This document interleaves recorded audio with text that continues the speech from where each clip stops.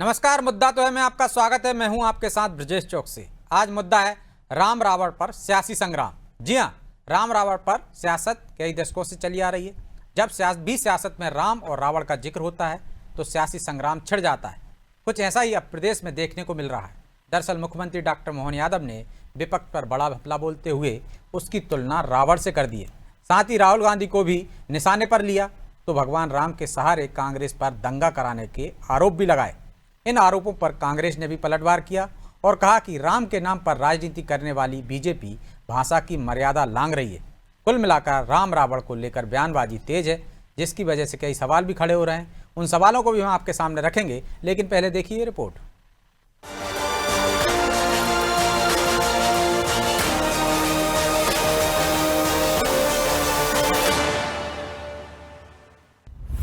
रावण से की विपक्ष की तुलना। सीएम ने कांग्रेस पर किया तीखा हमला। भले ही दशहरा आने में अभी वक्त हो, लेकिन प्रदेश की राजनीति में रावण की एंट्री हो गई है। विपक्ष की तुलना रावण से कर सीएम डॉक्टर मोहन यादव ने कांग्रेस पर तीखा हमला बोला। उन्होंने कहा कि जिस तरह रावण ने भेष बदलकर माता सीता के साथ छल किया, विपक्ष भी वैसा ही कर रहा है और राहुल गांधी हाथ में संविधान की किताब लेकर छलने की कोशिश में है। सीएम यही नहीं रुके, उन्होंने तो कांग्रेस पर राम के नाम पर दंगे करवाने के भी आरोप मढ़ दिए। बहुत चालाक, वो हमेशा भगवान राम के समय से माता सीता का अपहरण करने साधु के वेश में आता है। वो हमेशा उसी नाटक से आज भी बाहर नहीं आ रहा है। इसलिए आज भी वो संविधान की किताब दिखाते हुए अपने आप को इस संविधान के साथ सौ बार उन्हें उसका संशोधन करते हुए अपना चरित्र चोर रूप में दिखाया। इसलिए आज के दौर में वो न्यायालय की बात करते, लेकिन न्यायालय की खुचियां उड़ाते हमेशा कांग्रेस का अतीत का इतिहास रहा। यही वो लोग हैं जिन्होंने भगवान राम के मामले में देश में दंगे कराने का पाप लाए थे। अब सीएम ने विपक्ष की तुलना रावण से की तो कांग्रेस कैसे चुप बैठती। कांग्रेस ने भी अपने तरकश में से आरोपों के तीर निकाले और एक एक कर बीजेपी पर छोड़े। अब इस दौरान कांग्रेस ने बीजेपी पर कई आरोप लगाए और सीएम के बयान पर पलटवार किया। निश्चित रूप से यह बयान भाषाई दरिद्रता का प्रतीक है। जो पार्टी राम के नाम पर सत्ता सुख पाती, जो व्यक्ति राम के नाम पर वोट कमाती, जो पार्टी राम के नाम पर राजनीतिक रोटियां सेकती, देश में अराजकता का माहौल पैदा करती, भाई को भाई से लड़ाती है, राम के नाम पर चंदा इकट्ठा करती, वो पार्टी विपक्ष को रावण कह रही है। जो पार्टी जिसकी जनता से झूठे वादे कर रही, जनता महंगाई बेरोजगारी से जूझ रही, महिलाएं असुरक्षित है, किसान परेशान है। आज राहुल गांधी और कांग्रेस पार्टी संविधान को हाथ में लेकर संविधान की रक्षा करने के लिए प्रयास करते हैं। वो पार्टी आज विपक्ष को रावण करे, निश्चित रूप से उनका यह बयान भाषाई दरिद्रता का प्रतीक है। कुल मिलाकर राम और रावण के नाम पर सियासत गर्मा गई है। अब इस बयानबाजी के पीछे का मकसद सिर्फ एक दूसरे के खिलाफ नैरेटिव सेट करना और सीधा उसकी छवि को टारगेट करना ही है। इसलिए जहां एक तरफ बीजेपी कांग्रेस पर छल और दंगों के आरोप जड़ रही है, तो दूसरी तरफ कांग्रेस इसे बीजेपी की बौखलाहट बता रही है। हालांकि अब देखना होगा कि राम और रावण का ये राजनीतिक दंगल आने वाले दिनों में किस तरह का माहौल बनाता है। ब्यूरो रिपोर्ट, अनादि टीवी।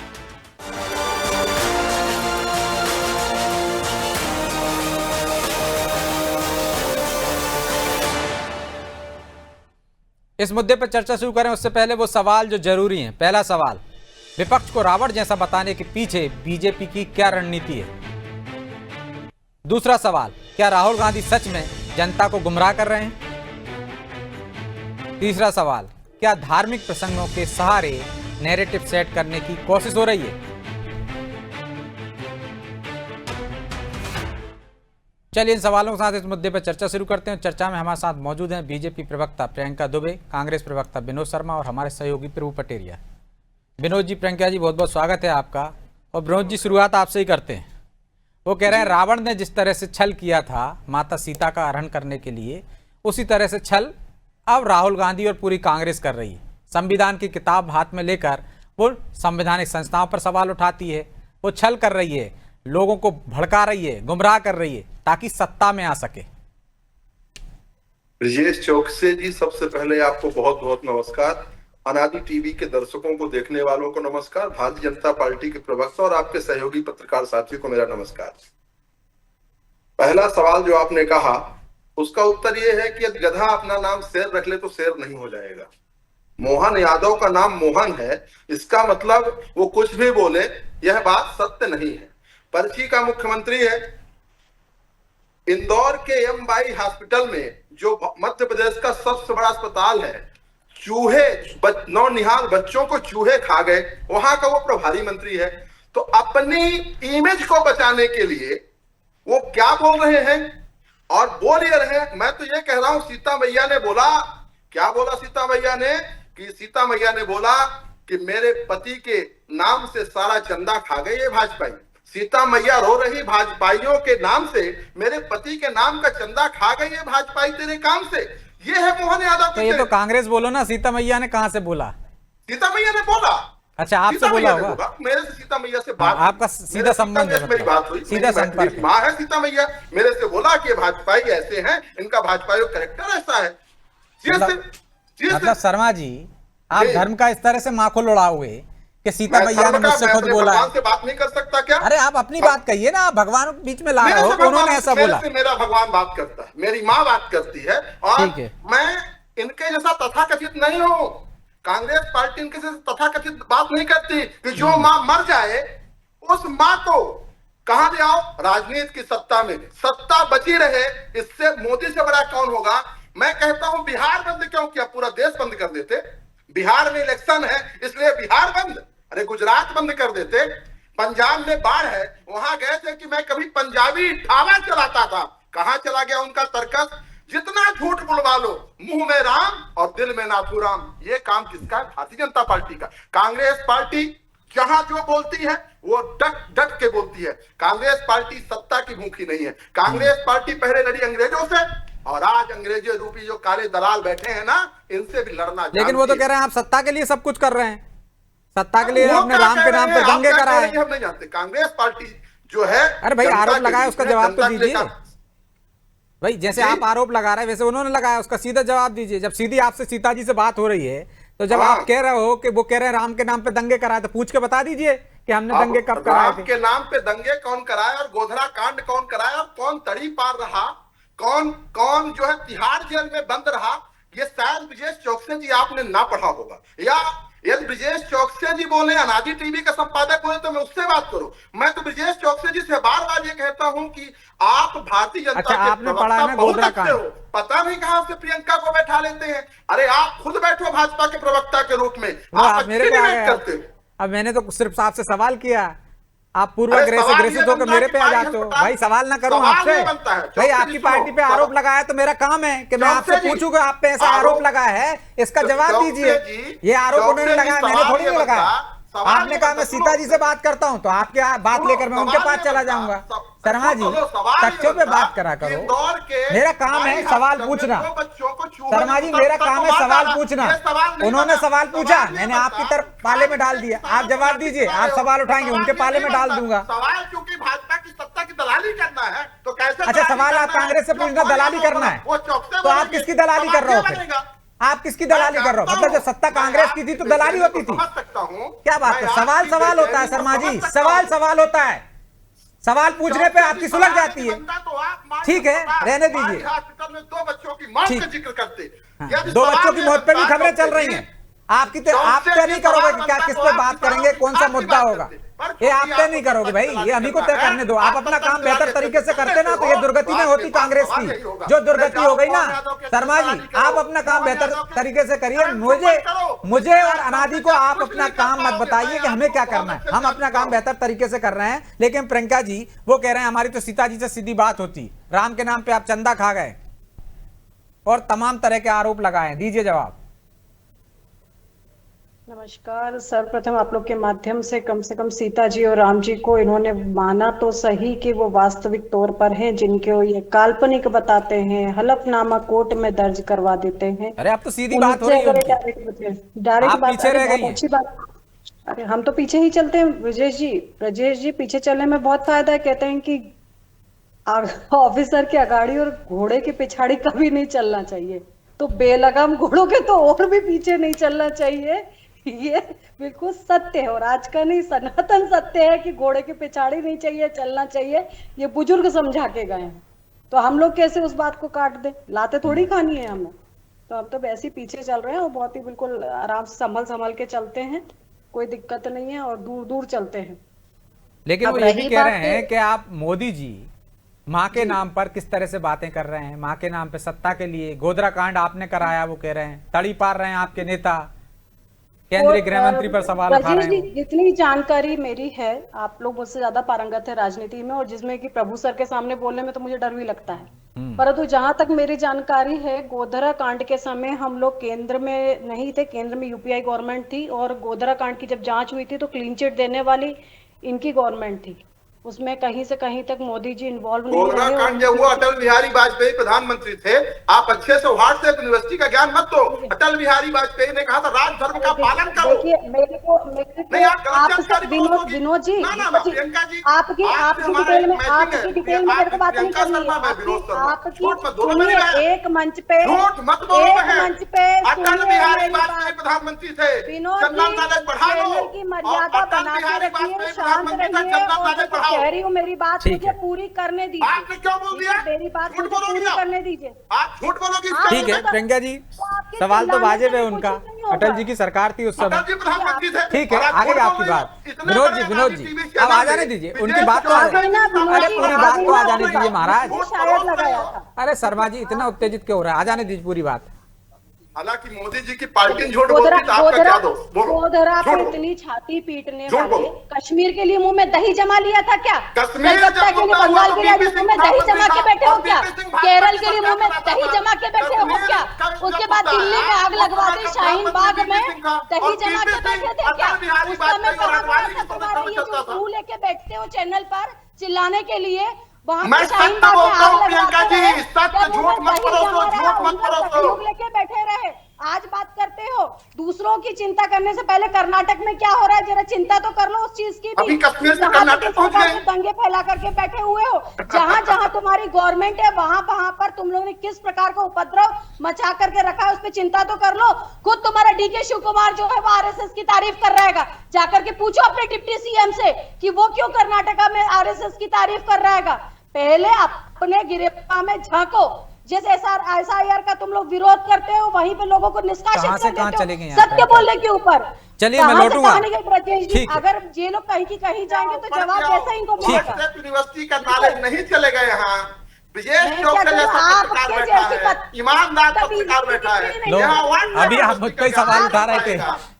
विनोद जी, अभी तो आप मुझे पे सवाल उठा रहे थे। अरे चलिए आप बहुत धन्यवाद ईमानदार आपको। हैं। ठीक है प्रियंका जी, ठीक है लौट रहा हूँ मैं आपके पास। सर्टिफिकेट किसी को नहीं चाहिए। ठीक है ठीक है, खोखली पार्टी के सर्टिफिकेट किसी को नहीं चाहिए, आपके खुद के लोगों को नहीं चाहिए। लक्ष्मण सिंह जी को आप संभाल नहीं पाए, उनका निष्कासन आपने कर दिया सत्य बोलने कहां पर। से कहां पहुंच ठीक है, गई ये आप आपकी प्रियंका जी, पार्टी प्लीज। है। चलिए मैं लौट रहा हूं आपको। प्रभु जी, लेकिन रावण से पूरी कांग्रेस की और राहुल गांधी की तुलना करने के पीछे डॉक्टर मोहन यादव की क्या मंशा है, क्या रणनीति है? क्या वाकई में राहुल गांधी संविधान की किताब लेकर वोट चोरी का नैरेटिव सेट करने कर लोगों को गुमराह कर रहे हैं? मैं बोल लूं, आप लोग यदि शांत हैं तो। जी बोलिए। राहुल गांधी की बात नहीं है ब्रजेश जी, ये है अपने घर में बैठकर बात करना। मुख्यमंत्री मोहन यादव बीजेपी कार्यालय में बीजेपी कार्यकर्ताओं को संबोधित कर रहे थे, और आपके बच्चे जिस भाषा में समझते हैं आप अपने बच्चों को या अपने परिवार वालों को उसी भाषा में समझाते हैं। तो जिनके मन में राम बसा हुआ है, जो पार्टी राम आंदोलन से उभर कर सामने आई है, जिसने सत्ता तक पहुंची है, उस पार्टी कार्यकर्ताओं को उसी भाषा में समझाने की कोशिश की जाएगी जिस भाषा में वो समझते हैं। यदि उनको शुद्ध हिंदी में समझाया जाए तो हो सकता है वो कार्यकर्ताओं के सिर के अंदर वो बात घुसती ना, उनके दिमाग में नहीं जाती वो बात, तो उनको उसी भाषा में समझाएगा। अपने घर में बात कर रहे थे मुख्यमंत्री, यदि वो सार्वजनिक मंच पर ये बात कर रहे होते तो इसको लेकर पूरी देश भर में डिबेट हो सकती थी, बिल्कुल निश्चित तौर पर, कि आप भाई कैसे रावण से तुलना कर रहे हो। और त्रेता युग में राम हुए थे, त्रेता युग की बातें को अब करके आप क्या संदेश देना चाहती हैं, उनके कार्यकर्ता समझते होंगे, या आप हम क्या जाने उसमें कि क्या नैरेटिव उसमें गढ़ा जा रहा है। इसको चुनावी मंच पर यदि वो बोले तो उसके मायने ज्यादा निकलते हैं। तो ये मेरे लगता है कि अपने कार्यकर्ताओं को उनकी जितनी समझ है उस हिसाब से समझाने की कोशिश यहाँ पर थी। यहाँ पे मुख्यमंत्री का कोई और मंतव्य, मुझे नहीं लगता कि यहाँ पर कुछ और मंतव्य यहाँ पे निकल रहा है। वो राजनीतिक संदेश देने की कोशिश, चूंकि आप राजनेता हैं, बातें ही राजनीति की करेंगे, तो इसलिए वो 370 की भी बात करेंगे। लेकिन 370 वो एक जगह है, यदि वाकई में इतनी खराब थी तो अटल बिहारी वाजपेयी की सरकार ने क्यों नहीं हटाया उसको? तब भी तो वो लोगों बाकी दलों से सहमति बनाकर हटा सकते थे। किन परिस्थितियों में 370 लगी, किन परिस्थितियों में 370 हटी, इसमें जमीन आसमान का अंतर है।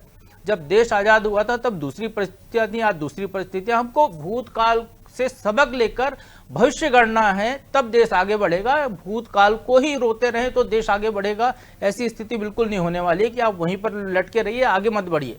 दुनिया पहुंच गई है 7G में, अभी तक भी हम 3G 2G पर ही अटके हुए हैं। तो यदि वो स्थिति है, BSNL की बात कर रहा हूं मैं, तो फिर हमको उस बारे में सोचना चाहिए कि हमको जो है कहां पर खड़े होकर बात करनी है।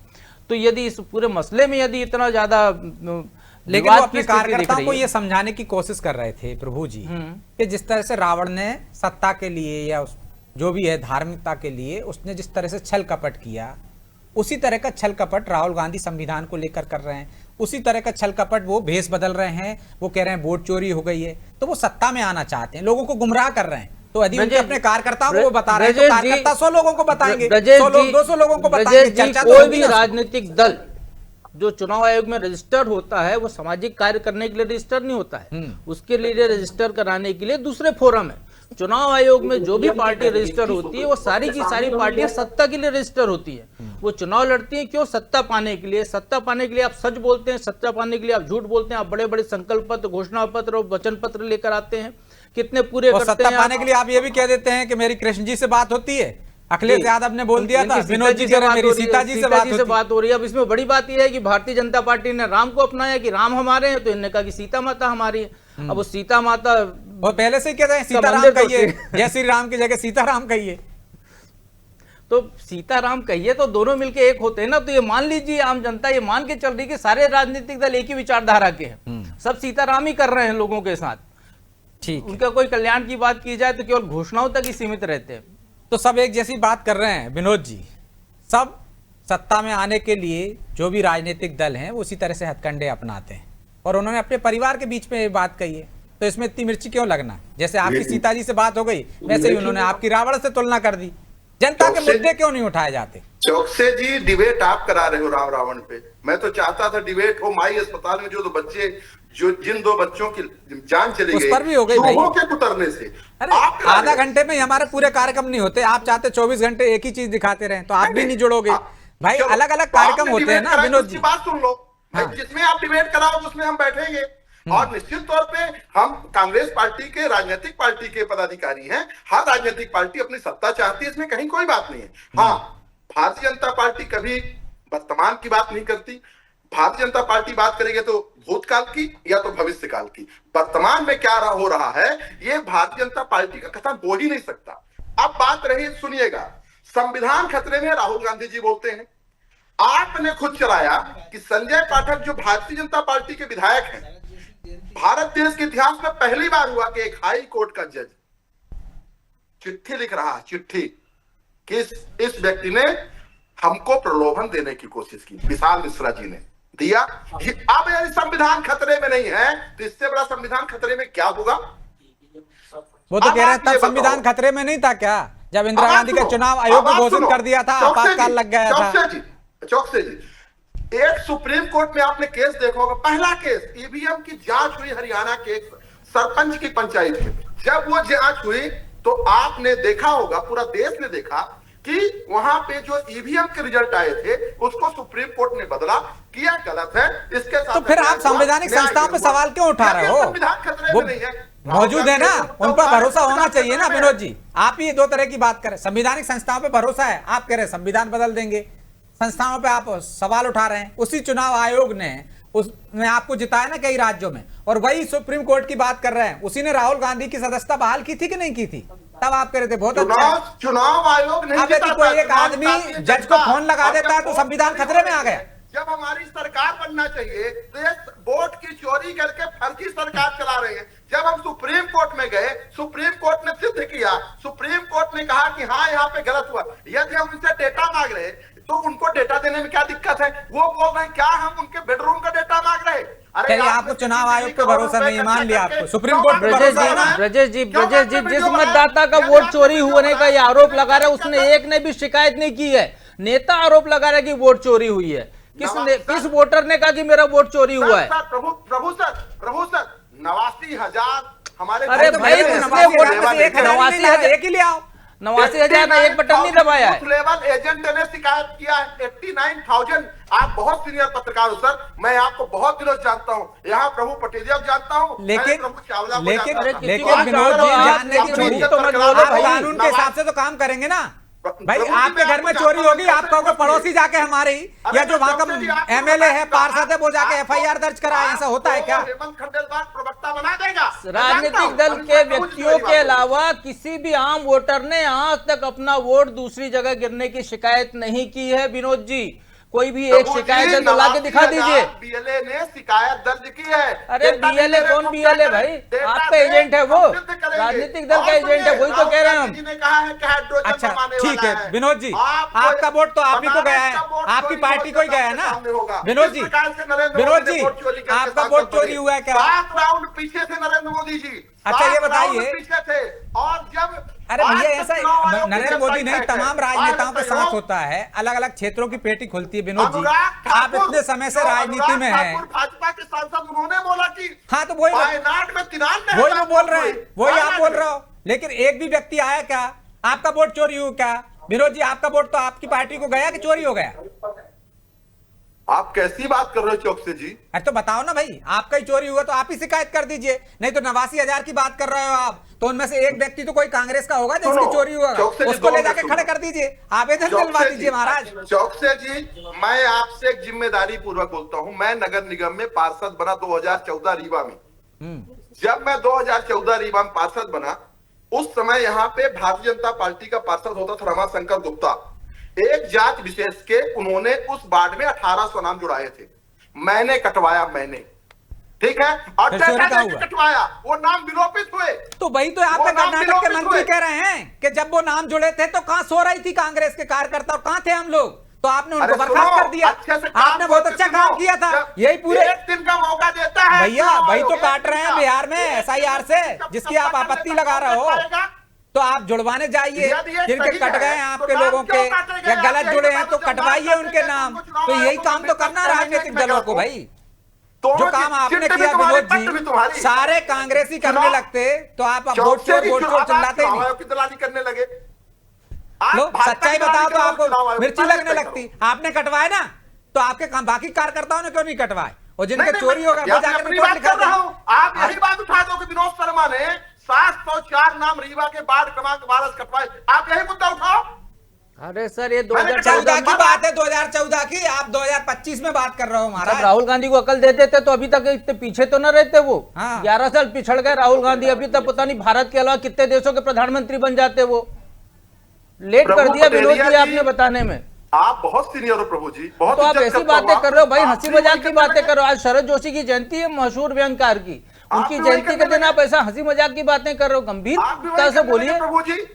आज आप घर में हो तो शीशा थोड़ा देख लेना कि आप किस एंगल से बोल रहे हो, क्या बोल रहे हो। अरे हम तो वो भी देख रहे हैं कि सीता माता का फोन आपके पास आया था, वो भी आपने अरे एंगल लिया, भैया, हमको बहुत नाम बुरा लगा बायोलॉजिकल उसमें। तो नहीं बोलोगे, मैं इसलिए बोल रहा था कि जिस देश का प्रधानमंत्री ये कहता हो कि मैं नॉन बायोलॉजिकल हूँ, मैं उस पर ध्यान खींचना चाहता था प्रभु जी। अरे आप तो जैसे लोग न समझ अरे पाओगे। भाई साहब, कोई आप कुछ भी शीशा बोले देखो, यार, आईना- उससे देश को आईना क्या में फर्क आपको पड़ रहा है? अपना चेहरा नहीं, मोदी का चेहरा दिखेगा। मैं अच्छा। जानता हूँ प्रभु जी, आप जब यदि वो आईना नॉन देखोगे, बायोलॉजिकल है तो आपको अपनी अपना माँ के चेहरा लिए नहीं क्यों दिखेगा, फिर अब उसमें परेशान मोदी हो रहे चेहरा हैं? दिखेगा। बायोलॉजिकल ही है ना जनता भाई, देख कोई रही नॉन है। बायोलॉजिकल नहीं होता आज आप इंसान, देखो ह्यूमन गोदी बॉडी। मीडिया, गूगल में सर्च करो गोदी मीडिया, आज मैं देखो हो सकता है आपका भी नाम हो। अरे हमारा तो ऊपर होगा, सबसे ऊपर होगा, आप बताइए टेंशन मत लो उस बात की। लेकिन आपका कुछ नहीं होने वाला, आप वहां वही हो, क्योंकि 2014 से आप तक जागृत नहीं हुए और आप, ना हो तो वहीं रहोगे। विकिपीडिया से नाम डाल दीजिएगा। चलिए, माफी चाहता हूं मैं, समय की बाध्यता है, इस चर्चा को यहीं विराम देना होगा। आप दोनों का बहुत बहुत धन्यवाद। तो निश्चित तौर पर राम रावण पर यदि कोई बयानबाजी हो रही है तो वो सत्ता के लिए हो रही है, नैरेटिव सेट करने की बात हो या अपने कार्यकर्ताओं को संदेश देने की या समझाने की बात हो। नेता इस तरह की उपाधियां देते रहे हैं, एक दूसरे पर तंज कसते रहे हैं, लेकिन सियासत है, यहाँ नफ़ा नुकसान देखकर ही बात की जाती है। और उसी तरह से जिस तरह से कांग्रेस के नेता कह रहे हैं कि हमारी सीता जी से बात होने लगी है, तो ये भी एक तंज है या खुद पर ही वो हंसने के लिए बाध्य कर रहे हैं। ये तो आने वाला समय बताएगा। बहरहाल मुद्दा तो है, मैं इतना ही, मुझे दीजिए इजाजत और आप देखते रहिए अनादि टीवी। नमस्कार।